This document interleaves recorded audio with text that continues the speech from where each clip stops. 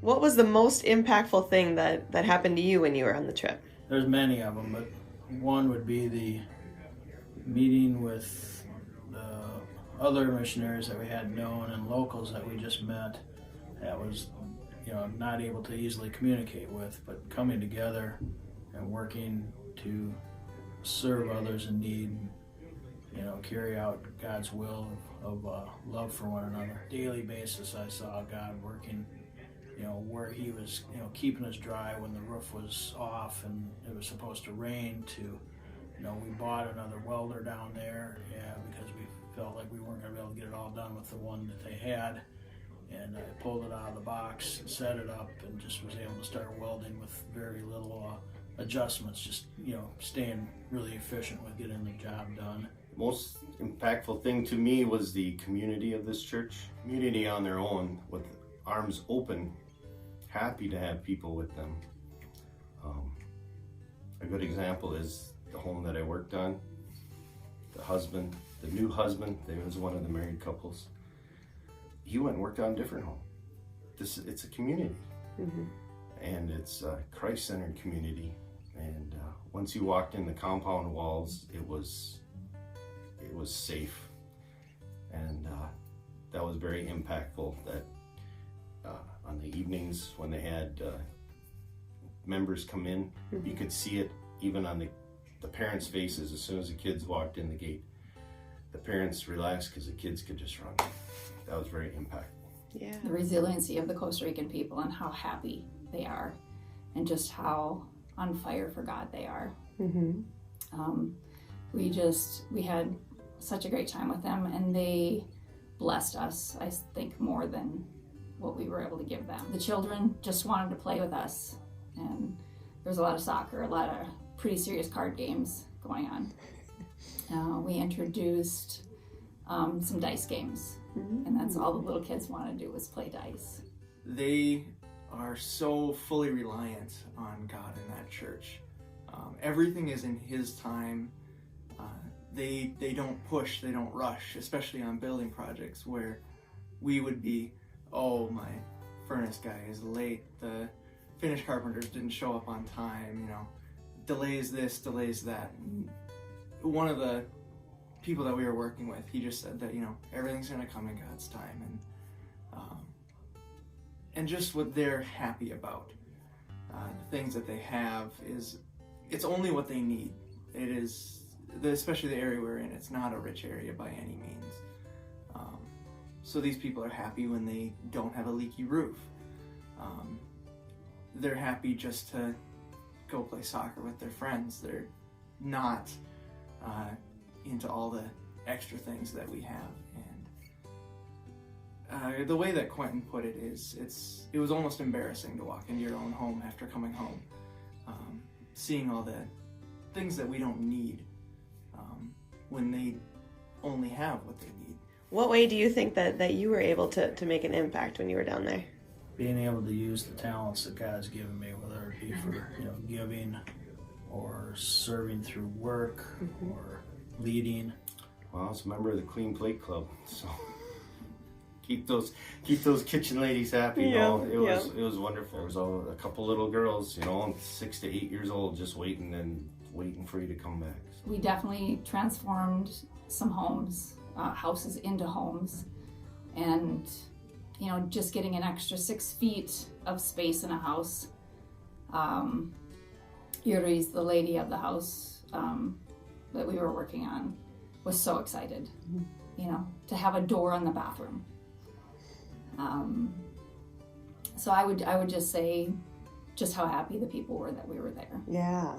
Well, we were there for a lot of spiritual support. We did a lot of praying for people there, and I think that was one of the biggest things we did, just to have a community that's nothing like ours, and be able to share the word with them, be able to spread the word through action as opposed to sermons and messages. I had the sort of blessing in disguise of working on all 3 of the projects, one each day. So I was able to interact with all of the families that were there. The one that stood out the most to me was we were digging holes for the foundation of this man named Bismarck, his house.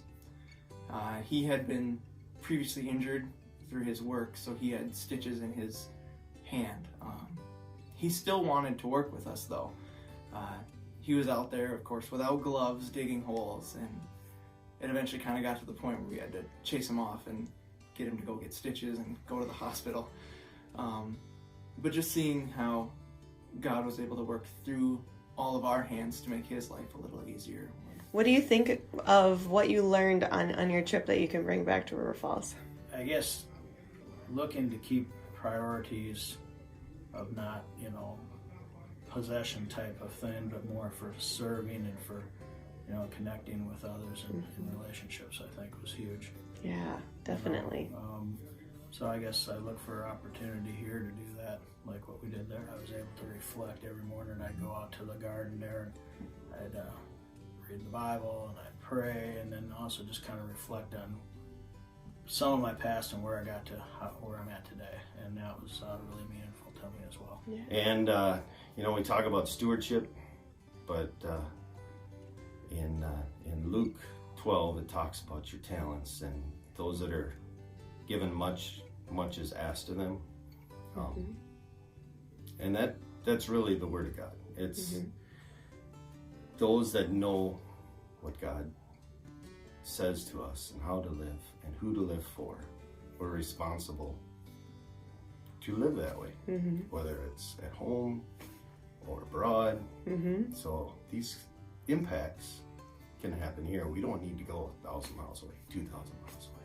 Yeah. It can happen right here. I just really want to try to continue to have a servant heart and put things into perspective and priority.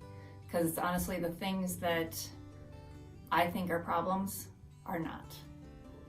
They have to deal with so much stuff down there that we have no idea that we appreciate a carpeted floor. They have dirt floors. With our excitement and talking about our experiences on the trip, that we can really encourage other people to also come and join the trips, and just they're life changers. Grateful for all the things we've been blessed with. That the things we consider normal are dreams to them.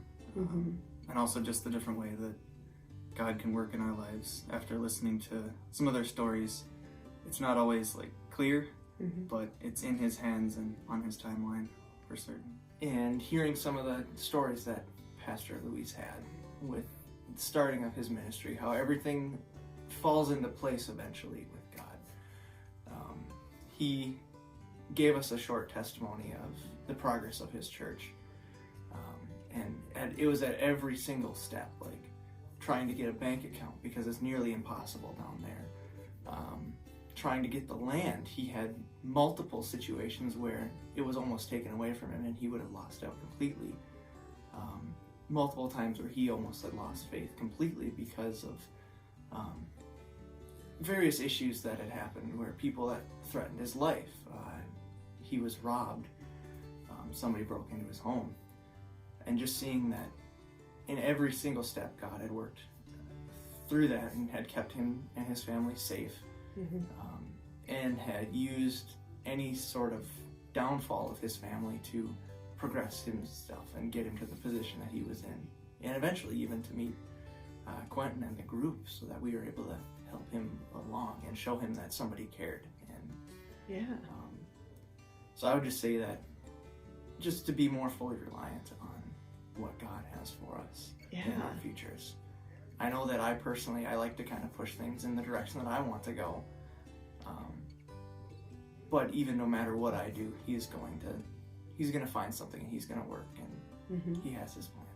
Good morning. Awesome. I am so happy to be able to give you a little bit of an update from our trip. And I want to thank all of the members of the congregation for all the support, prayer support, financial support for our trip and for the folks there at Iglesia Unción Fuego. My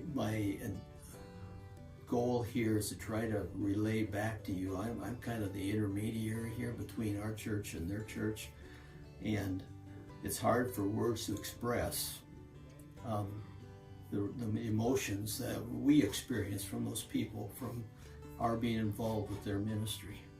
You know, it's hard to describe, you know, the look of hope in their eyes, the warm smiles they have for us, the warm hugs, the tears they shed, the heartfelt thanks they give us. And the way I'm saying it sounds pretty minimal compared to what the feeling is when it actually happens. And so it's my hope and prayer that many more of you can go with us on a trip down there and experience it firsthand, because most of us will never really understand the impact that we're having on this side of heaven. But there's just a lot of people that have hope again, just because we're there extending an arm of friendship to them. And when you think of all the things they have to deal with, the help we give is just a kind of a drop in the bucket, but it's the drop in the bucket that they need. And probably, you know, there's so many highlights in every trip for all of us, and we all have our individual ones because we're interacting separately with so many people. But the last day, on Thursday afternoon, Pastor Luis called me over because one of the families we were helping, Martha's father, came to Pastor Luis and said, you know, I realize I got to make some big changes in my life. I want to give my life to Jesus. Wow.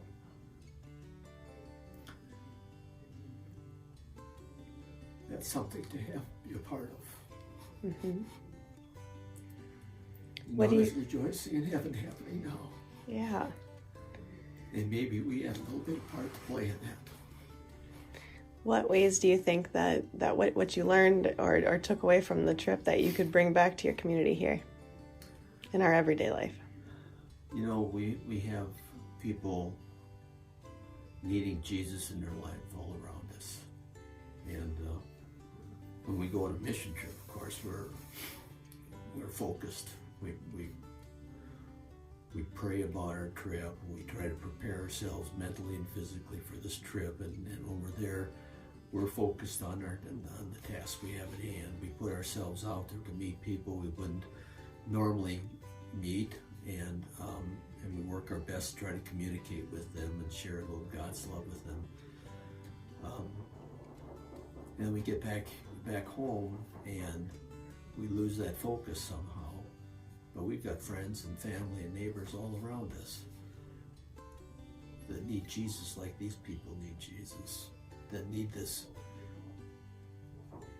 you know, need hope in their lives like these people need hope.